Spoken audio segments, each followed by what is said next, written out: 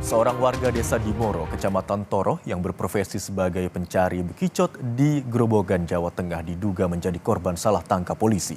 Kadif Humas Polri menyebut Aibda IR yang melanggar aturan akan diproses di Div Propam Polri.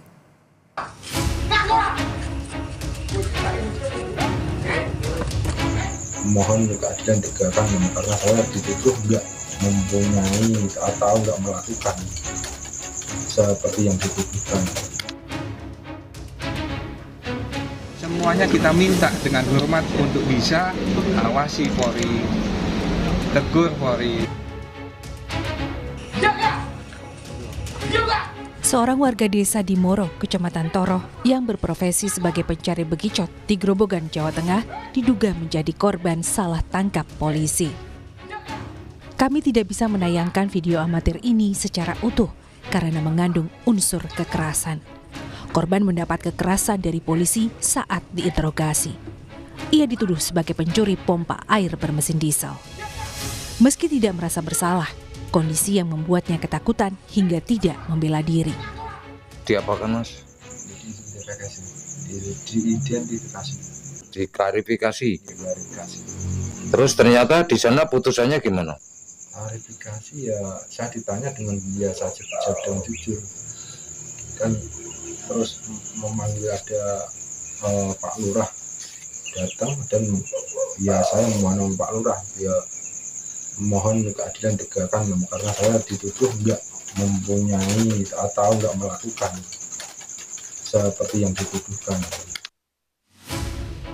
Merespons kesalahan bawahannya, AKBP Ike Yulianto mendatangi korban untuk meminta maaf.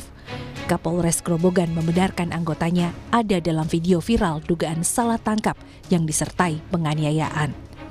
Pelaku adalah Aibda IR, anggota Polsek Geyer, Grobogan. Menurut Kapolres, Aibda IR mendapat laporan dari warga terkait orang mencurigakan di area sawah di Desa Suru. Meski dari hasil penyelidikan setelahnya, korban Kusianto tidak terbukti melakukan pencurian. Kapolres Grobogan memastikan Aibda IR dalam penyelidikan Propam dan akan mendapat sanksi jika terbukti melanggar. Kemarin IR sudah kita amankan, kita tempatkan di tempat khusus. Kemudian saat ini masih dalam proses pemberkasan. Secepatnya akan kita untuk kasus dugaan penganiayaan sendiri, dan ya itu nanti kita lihat nanti hasil pemeriksaannya seperti apa. Tadi malam juga kita sudah bicara dengan saudara Kusianto. Tadi malam sudah kita temui apa yang diinginkan oleh saudara Kusianto sudah kita penuhi semua, termasuk keinginan seperti memperbaiki kendaraan dan lainnya sudah kita penuhi semua. Polri angkat bicara soal kasus pencari bekicot yang jadi korban salah tangkap dan penganiayaan.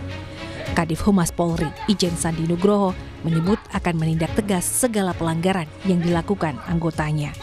Sandi menambahkan, Aibda IR yang melanggar aturan akan diproses di Div Propam Polri.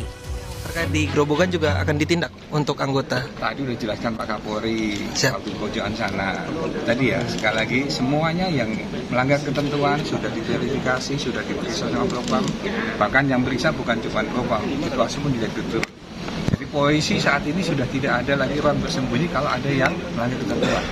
Ada pengawasan dari internal, ada pengawasan dari eksternal, ada pengawasan dari dunia digital, ada teman-teman dari netizen. Semuanya kita minta dengan hormat untuk bisa awasi Polri, tegur Polri. Komnas HAM ikut merespons kasus ini. Komnas HAM menilai polisi patut mengedepankan asas praduga tak bersalah. Tidak hanya itu, penggunaan kekerasan dalam penegakan hukum juga disebut bisa mengaburkan fakta dan data. Asas praduga tak bersalah ini merupakan salah satu hak asasi manusia yang penting dalam sistem peradilan pidana.